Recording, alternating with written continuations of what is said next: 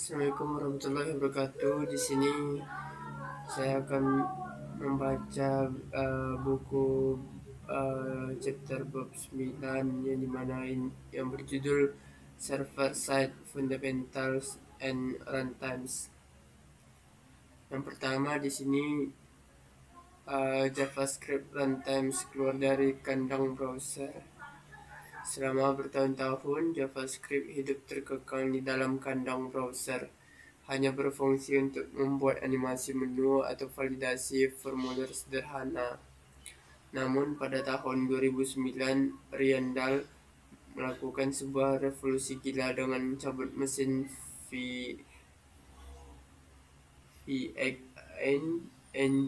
engine dari browser Google Chrome dan membungkusnya dengan lapisan C++ agar bisa berjalan di sistem operasi komputer secara langsung.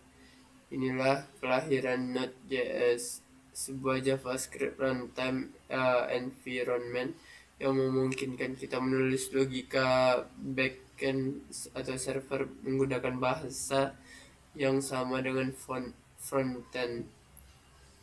Sebelum era ini, full stack developer adalah makhluk mitos yang harus menguasai dua bahasa berbeda. Misalnya PHP untuk server dan JS untuk browser. Node.js menghapus batasan tersebut, memungkinkan pengembang menggunakan satu bahasa tunggal di seluruh tumpukan teknologi stack yang secara drastis meningkat produktivitas dan penggunaan ulang kode. Namun Node.js bukanlah satu-satunya pemain di kota ini lagi. Meskipun ia adalah yang paling tua dan matang, sang pencipta Node.js sendiri, Riandal, menyadari ada beberapa cacat desain fundamental pada ciptaan pertamanya, terutama terkait keamanan dan manajemen paket. Sebagai penembus dosa, ia menciptakan Deno, sebuah rantai modern yang dibangun dengan bahasa Rust. Deno hadir dengan filosofi secure by default, artinya script Deno tidak bisa mengakses file sistem, jaringan, atau environment variabel kecuali kamu mengizinkannya secara eksplisit lewat flag saat menjalankannya. Selain itu, Deno mendukung tipe script secara native tanpa perlu konfigurasi compiler yang rumit, menjadikannya pilihan yang menarik bagi pengembang yang mengutamakan keamanan dan modernitas sejak hari pertama. Meskipun Deno dan pun menawarkan fitur-fitur menggiurkan, Node.js tetap menjadi raja tak terbantahkan di industri enterprise karena ekosistemnya yang masih masif. Jutaan pustaka di npm Node Manager telah diuji dan dijalankan di Node.js selama lebih dari 1 dekade, memberikan stabilitas yang belum bisa ditandingi oleh pendatang baru. Namun kompetisi ini sehat karena memaksa Node.js untuk terus berinovasi, seperti menambahkan dukungan natif untuk Fetch API dan test runner bawaan di versi terbarunya. Sebagai arsitek, kamu harus bijak memilih gunakan Node.js untuk stabilitas jangka panjang dan kompatibilitas luas, atau gunakan Boon atau Deno untuk proyek eksperimental yang membutuhkan performa mental atau keamanan lebih ketat. Kesimpulannya, JavaScript ini adalah bahasa universal yang bisa berjalan di mana saja, mulai dari server cloud, perangkat IoT, hingga fungsi serverless di tepi jaringan. Yang kedua ada non-blocking I/O, melayani ribuan tamu sendirian. Salah satu konsep tersulit namun terpenting dari Node.js adalah arsitektur single-threaded non-blocking atau I/O. Bayangkan sebuah restoran tradisional seperti server Apex PHP lama di mana setiap kali ada pelanggan datang, manajer restoran mempekerjakan satu pelayan khusus untuk melayani pelanggan itu dari awal sampai akhir. Jika restoran sedang ramai dan ada 1.000 pelanggan, restoran harus mempekerjakan 1.000 pelayan atau trade. Ini sangat boros memori karena setiap pelayan membutuhkan gaji atau RAM dan ruang gerak CPU konteks switching. Jika pelanggan hanya duduk diam menunggu makanan dimasak, pelayan tersebut juga ikut diam menganggur, membuang sumber daya yang berharga. Node.js bekerja dengan cara yang sangat berbeda, mirip dengan restoran super efisien yang hanya memiliki satu pelayan super yang sangat cepat. Pelayan ini bertugas mengambil pesanan dari semua meja. Ketika meja satu memesan makanan, pelayan catat pesanan, menyerahkannya ke dapur, dan langsung lari ke meja kedua untuk mengambil pesanan lainnya tanpa menunggu masakan meja satu matang. Ketika masakan meja satu siap, kokinya membunyikan lonceng, dan pelayan akan mengantarkan makanan tersebut saat ia memiliki celah waktu. Dengan model ini,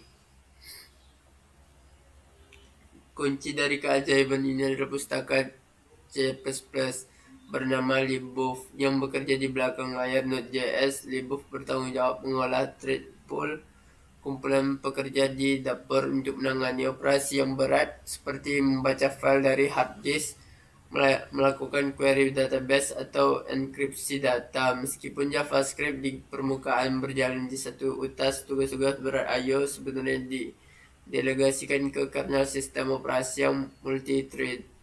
Melalui libov, jadi pertanyaan Node.js itu single thread hanya benar separuh antar muka single thread, tetapi infrastruktur pendukungnya sangat paralel. Ini membuat Node.js sangat ringan dan memiliki throughput yang tinggi untuk aplikasi real time seperti chatting atau streaming. Namun arsitektur ini memiliki kelemahan fatal yang disebut blocking the event loop. Jika pelayan super tadi tiba-tiba diminta untuk menghitung manual 1 juta butir beras, dia akan sibuk berhitung dan mengabaikan semua pelanggan lain yang ingin memesan. Dan istilah teknis, jika kamu menjalankan loop panjang atau kalkulasi matematika berat di main thread Node.js, seluruh server akan macet total atau freeze dan tidak bisa merespon request siapapun. Oleh karena itu, Node.js tidak sangat disarankan untuk aplikasi yang intensif komputasi seperti encoding video, machine learning, atau manipulasi gambar berat, kecuali kamu menggunakan teknik worker thread atau memindahkan beban kerja tersebut ke layanan lain. Yang ketiga, ada modul sistem atau perang saudara CommonJS versus SM. Dalam pengembangan perangkat lunak, pemecah kode menjadi file-file kecil yang terpisah adalah praktik wajib untuk menjaga kerapian dan kemudahan perawatan. Di masa awal, Node.js JavaScript belum memiliki sistem modul standar resmi. Untuk mengisi kekosongan ini, Node.js mengadopsi sistem CommonJS. CJS menggunakan sintak require untuk mengimpor modul dan khusus modul export untuk mengekspor fungsi atau variabel. CJS dirancang khusus untuk server. Ia memuat modul secara sinkron satu persatu yang cocok untuk server yang membaca file dari hard disk lokal saat startup. Selama 1 dekade, require menjadi standar de facto di ekosistem backend, dan jutaan tutorial serta pustaka dibangun di atas fondasi ini. Namun di sisi browser, Memuat modul secara sinkron adalah bencana performa karena itu akan membukukan tampilan saat mengunduh file dari internet. Oleh itu, standar JavaScript akhirnya memperkenalkan sistem modul resmi yang disebut S-Moduleless. Pada tahun 2015, SM menggunakan sintak import dan ekspor yang lebih modern, statis, dan pendukung pemuatan secara asinkron.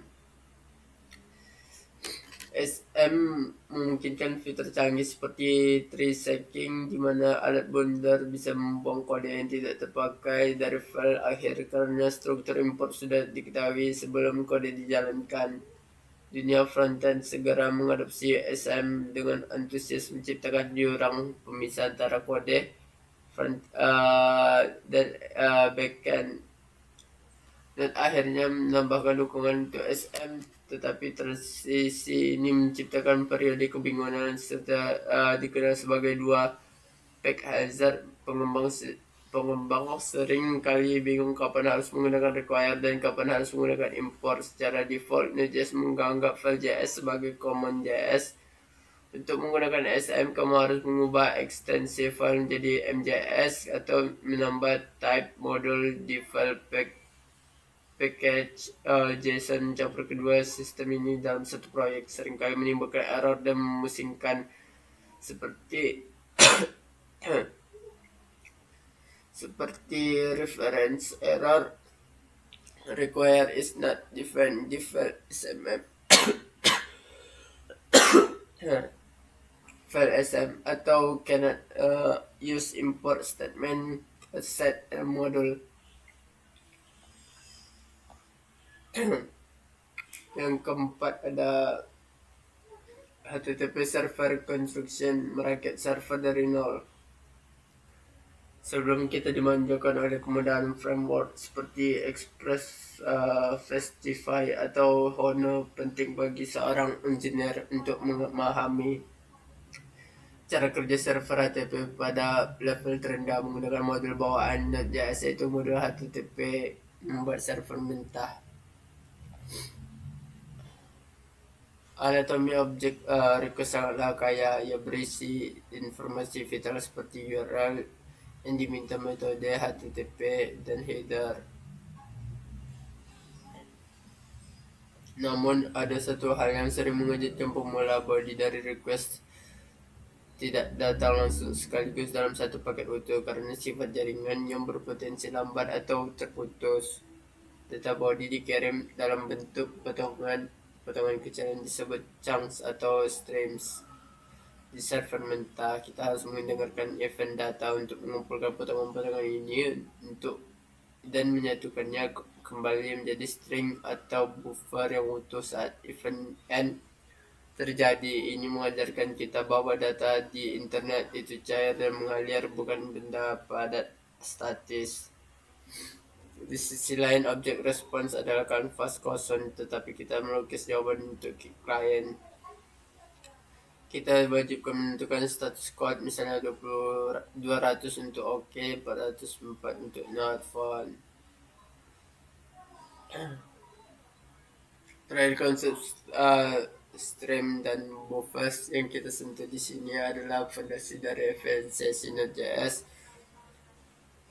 Buffer adalah area memori sementara untuk menampung data binar mentah, sedangkan stream adalah pipa penyalur data. Dengan menggunakan pipa, kita bisa menyambungkan aliran data request langsung ke aliran file di hard disk, memungkinkan server menerima upload file berukuran 10 GB tanpa perlu memuat seluruh file ke dalam RAM 10 GB. Kemampuan menangani secara efisien ini adalah bentuk JS. Yang kelima ada middle pattern, jalur perakitan otomatis. Kekuatan utama pola ini adalah separation of concepts. Kita bisa menulis middleware kecil yang spesifik untuk satu tugas. Misalnya logger middleware untuk mencatat jam akses, course middleware untuk mengatur izin akses lintas domain, out middleware untuk mengecek token login, dan body parser middleware untuk memparsing JSON. Middleware ini kemudian bisa dipasang secara global, berlaku untuk semua root atau spesifik untuk root tertentu. Dengan cara ini, kode kontrol utama kita tetap bersih dan fokus hanya pada mengolah data, tidak terbebani oleh urusan validasi teknis yang berulang. Konsep lain yang penting dalam middleware adalah urutan eksekusi. Middleware juga merupakan tempat terbaik untuk menerapkan global error handling. Alih-alih menulis blok try-catch di setiap fungsi controller, kita bisa memberikan error meledak dan mengalir ke middleware khusus penanganan error yang biasanya dipasang di geometry. Middleware ini biasanya 4 parameter: rec, rest, dan next. Sekian yang dapat saya jelaskan. Assalamualaikum warahmatullahi wabarakatuh.